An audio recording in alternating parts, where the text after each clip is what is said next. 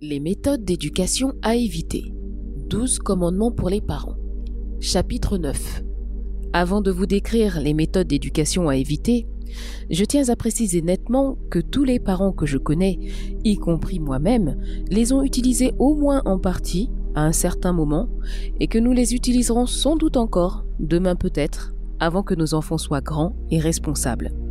Quelquefois par ignorance, quelquefois parce que nous ne sommes pas des êtres parfaits. Je désire cependant passer en revue ces méthodes afin qu'en tout cas, aucun de mes lecteurs ne puisse y avoir recours par ignorance. Voici donc les 12 commandements des parents. 1. Ton enfant point n'humiliera. S'il nous arrive de dire « ça c'est malin » ou bien « comment peux-tu être aussi idiot » ou bien « tu n'es donc bon à rien » chaque fois, nous portons atteinte au concept de soi de notre enfant. 2.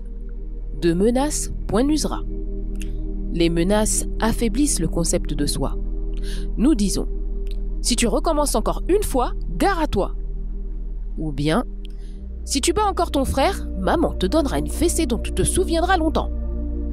Chaque fois que nous menaçons un enfant, nous lui apprenons à être mal dans sa peau et nous lui apprenons à nous craindre et à nous détester. Les menaces ont sur les enfants un mauvais effet psychologique. Ce qui ne veut pas dire que fixer des limites précises soit mauvais. Les mamans se méprennent souvent sur cette notion de menace et pensent qu'il ne faut jamais dire non à un enfant. Bien au contraire, quand un enfant dépasse les bornes et que vous devez imposer une limite, même si c'est au moyen d'une fessée, faites-le. Mais ne dites pas d'avance à votre enfant ce que vous lui ferez s'il n'est pas sage. Les menaces engagent l'avenir, alors que les enfants vivent dans le présent. C'est pourquoi les menaces sont sans effet s'il s'agit d'améliorer la conduite future d'un enfant. 3. Ton enfant point ne corrompra. Le cas le plus invraisemblable de corruption d'enfants que je connaisse, personnellement, est celui d'un père qui promit à son fils de 15 ans de lui payer une Porsche à sa sortie du lycée s'il se maintenait à 13/20 de moyenne. Quel peut être l'effet d'une telle promesse ? Elle déplace les motivations profondes de l'enfant de l'intérieur vers l'extérieur. Au lieu que l'enfant veuille apprendre pour sa satisfaction personnelle et pour l'enrichissement du concept de soi que lui procure de nouvelles connaissances, il n'apprend plus désormais que pour obtenir une récompense purement extérieure. Si vous vous trouvez dans un magasin ou un supermarché où les mères sont venues faire des courses avec leurs jeunes enfants, vous entendrez les unes offrir, les autres accepter des promesses de récompenses les plus variées, qui ne sont que de vrais pots de vin. L'enfant fait enrager sa mère en prenant des paquets et des boîtes et en mettant du désordre dans les rayons. De guerre lasse, elle lui promet « Si tu es sage et ne touches à rien, je t'achèterai un jouet ». Si la mère veut lui apprendre à faire chanter les autres, à commencer par elle-même, cette promesse constitue la bonne méthode. Mais ce ne serait d'aucun profit pour l'édification d'un bon concept de soi chez l'enfant, ni pour en faire un individu autodiscipliné qui respecte les droits d'autrui. 4. Les bonnes résolutions, point n'extorquera. Regardons ensemble la scène suivante. Le petit Bernard a fait quelque chose de mal. Maman s'emporte et lui dit « Promets-moi que tu recommenceras jamais !» Bernard, malin, promet. Une demi-heure après, il a déjà récidivé. Maman, vivement contrariée et contenant à peine sa fureur, accuse « Bernard, pourtant tu m'avais promis !» Sans savoir que les promesses n'ont aucun sens pour les enfants, la promesse, comme sa sœur la menace, engage le futur. Mais les jeunes enfants vivent dans le présent. S'il s'agit d'un enfant très sensible, cette promesse qu'on lui arrache lui apprendra seulement à se sentir coupable s'il ne la tient pas. Ou bien, s'il n'est pas très sensible, elle lui apprendra à être cynique et à remplacer un vrai changement dans son attitude par de vaines paroles. 5. Ton enfant point trop ne protégera. Une attitude trop protectrice sape son concept de soi. Quand une mère se montre trop protectrice, elle lui apprend ceci. Tu ne peux pas faire grand-chose par toi-même.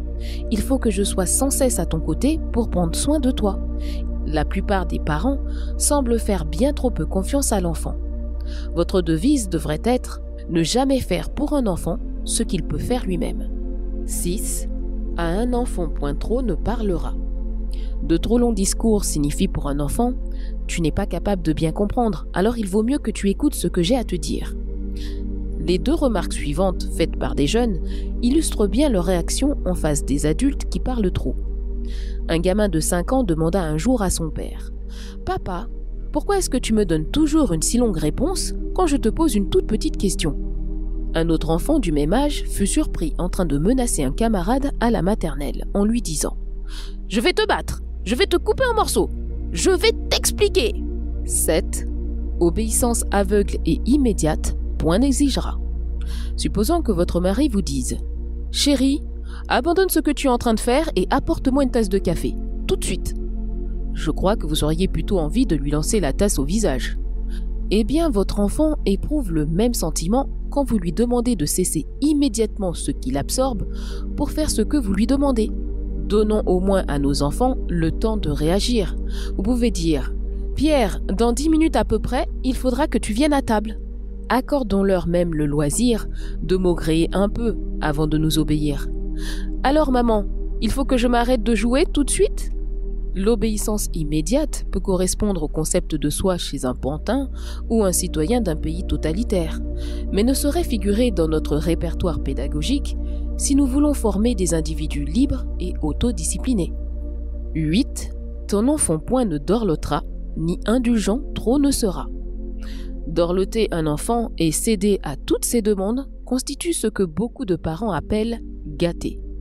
Au fond, céder trop facilement à un enfant signifie que les parents ont peur de lui dire non, d'être ferme dans les limites qu'il lui fixe, ce qui lui donne le sentiment que toutes les règles sont élastiques et qu'il suffit de pousser un peu pour qu'elles fléchissent. Cela peut marcher à l'intérieur de la cellule familiale, mais prépare à l'enfant un réveil pénible au contact du monde. Trop accorder à un enfant équivaut à étouffer ses chances de devenir en grandissant adroit, indépendant et autodiscipliné. 9. Vis-à-vis des règles et lois, cohérent tu te montreras. Si lundi la maman, très détendue, laisse tout passer, mais réprime sévèrement les mêmes fautes mardi, l'effet produit sur l'enfant est à peu près le même que si pour l'automobiliste les feux rouges voulaient dire un jour passé et l'autre jour stop. Un enfant a besoin d'une certaine uniformité et d'un minimum de certitude dans ce qu'on attend de lui. 10. Des règles inadaptées à l'âge d'un enfant, point ne fixera. Si vous attendez d'un enfant de 2 ans qu'il obéisse comme s'il en avait 5, vous ne réussirez qu'à provoquer son malaise et sa haine contre vous. C'est lui demander une maturité de conduite dont il n'est pas capable, ce qui a un effet néfaste sur le développement de son concept de soi. 11. De méthodes moralisantes et culpabilisantes, point n'usera. De telles méthodes forment un mauvais concept de soi. Une méthode de discipline qui inspire un sentiment de culpabilité est celle qui transmet à votre enfant des messages du genre « C'est très mal ce que tu as fait, tu n'es pas gentil. Comment as-tu pu faire cela à ta petite maman après tout ce qu'elle fait pour toi ?» La prochaine fois que vous serez tenté de faire de la morale à un enfant de moins de 6 ans, pourquoi ne pas lui faire à la place un petit discours en espagnol ou allemand ou même bredouiller quelque chose d'inintelligible? Cela lui ferait le même effet qu'un sermon moralisateur en français. Mais en tout cas, cela ne lui inspirera aucun sentiment de faute. Chaque jour, des dizaines de milliers de reproches sont prononcés par des parents contre de malheureux enfants. Si des magnétophones dissimulés un peu partout enregistraient exactement ce feu nourri de reproches, les mères seraient étonnées d'entendre ensuite ce qu'elles disent chaque jour à leurs enfants. Les bandes enregistrées restitueraient les petits sermons moralisateurs, les cris, les gronderies, les remarques humiliantes et les injures. Un phénomène intéressant se manifeste chez l'enfant soumis à ce tir de bagarre verbale. Ses oreilles se ferment. Il a recours à la seule défense dont il dispose contre ce flot de paroles. Comme il ne peut naturellement couper le son complètement, il enregistre tout de même, et fort bien, les brèches ouvertes dans son concept de soi. La réprobation verbale influe très peu sur le comportement de l'enfant. Tout ce qu'elle peut faire, c'est de saper son concept de soi. 12. Si tu n'as pas l'intention de les faire appliquer, point d'ordre ne donnera. Voici une scène classique. Une maman dit à son enfant « Ne grimpe pas sur la chaise !» L'enfant continue à grimper. « Richard, je t'ai dit de ne pas grimper sur la chaise !» L'enfant, sans faire attention à sa mère, continue de grimper. « Richard, tu entends ? Je t'ai dit à l'instant de ne pas grimper sur cette chaise. L'enfant ne fait toujours pas attention à ce que dit la maman, qui n'essaie plus maintenant d'empêcher Richard de grimper. Elle ne fait ainsi que lui apprendre à ne pas tenir compte de ses ordres et de ses commandements. Pour éviter ce genre d'enseignement négatif, ne demandez rien, n'ordonnez rien que vous ne soyez décidé à faire exécuter. Nous nous sommes avancés très loin dans ce chapitre sur la discipline, et je voudrais très vite passer en revue ce que j'ai essayé de dire à ce sujet. Vous voulez que votre enfant devienne un adulte capable d'assumer son rôle entièrement seul, un être qui, en un mot, soit responsable et autodiscipliné. Mais pour cela, de l'âge préscolaire jusque loin dans l'adolescence, votre enfant a besoin de la discipline imposée par les parents pour le guider jusqu'à l'autodiscipline. J'ai défini la discipline essentiellement comme un enseignement donné par les parents et un apprentissage de la part des enfants. La discipline étant ainsi un processus d'enseignement, elle est soumise aux principes psychologiques qui gouvernent l'apprentissage chez les animaux comme chez les humains. Certains de ces principes psychologiques s'appliquent également aux animaux et à l'homme. Il est donc judicieux que nous, parents, sachions lesquels ils sont et les utilisions intelligemment. Faute de quoi, nous essuierons à la longue plus d'échecs en essayant d'éduquer nos enfants que les dresseurs d'animaux n'en subissent en essayant d'apprendre des tours à un dauphin.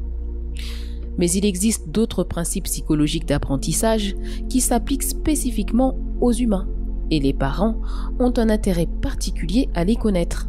Autrement, ils se retrouveront en train d'utiliser des méthodes qui sont condamnées à l'échec et n'amèneront que déception chez leurs enfants comme chez eux-mêmes. Si nous utilisons des méthodes d'enseignement dont l'expérience scientifique a montré l'efficacité, alors nous sommes en mesure d'apprendre à nos enfants depuis l'âge préscolaire jusqu'à l'adolescence à se discipliner eux-mêmes, sans qu'il soit nécessaire de leur imposer cette discipline de l'extérieur. Et quel sera le résultat si nous apprenons à utiliser les méthodes valables et efficaces et à éviter les mauvaises? Obtiendrons-nous alors un enfant modèle? J'espère que non. En tant que psychologue, je ne suis pas tellement attirée par l'enfant modèle. Un enfant modèle n'est ni heureux ni autodiscipliné. C'est un enfant qui nous montre une façade. Par intimidation, on l'a amené à un certain conformisme extérieur. Mais un malaise affectif et émotionnel considérable subsiste en lui. Si nous obtenons un enfant d'âge préscolaire de 6 ans, calme et respectueux à tout moment, qui ne se révolte jamais ni ne nous échappe jamais, heureux d'accomplir sans récriminer tout ce que les adultes lui demandent de faire, à qui rien ni personne n'inspire aucun sentiment négatif, qui ne manifeste aucun intérêt pour les choses du sexe, ne ment jamais, ne bat jamais son frère, ni sa sœur, ni ses camarades, qui est vertueux, altruiste, a des principes moraux, qui est consciencieux, propre, respecte le bien d'autrui, alors nous n'avons pas vraiment affaire à un enfant. Nous avons devant nous un être qu'on a amené par intimidation à être un adulte en réduction qui parade sous les traits d'un enfant. Lorsque nous apprenons la discipline à nos enfants et les guidons vers notre but final d'autorégulation, n'oublions jamais qu'ils sont encore des enfants. Un des dessins humoristiques que je préfère représente une mère qui marche dans la rue, tirant par la main un petit garçon et lui disant « Cela suffit, Jimmy, tu te conduis comme un enfant. » Bien sûr, il se conduit comme un enfant, et c'est bien son droit. Nos méthodes de discipline doivent permettre à la qualité dynamique de l'enfance de se canaliser pour s'épanouir dans les normes sociales couramment reconnues. Mais ces méthodes ne doivent jamais éliminer cette qualité vitale et dynamique qui fait agir les enfants comme ils doivent le faire.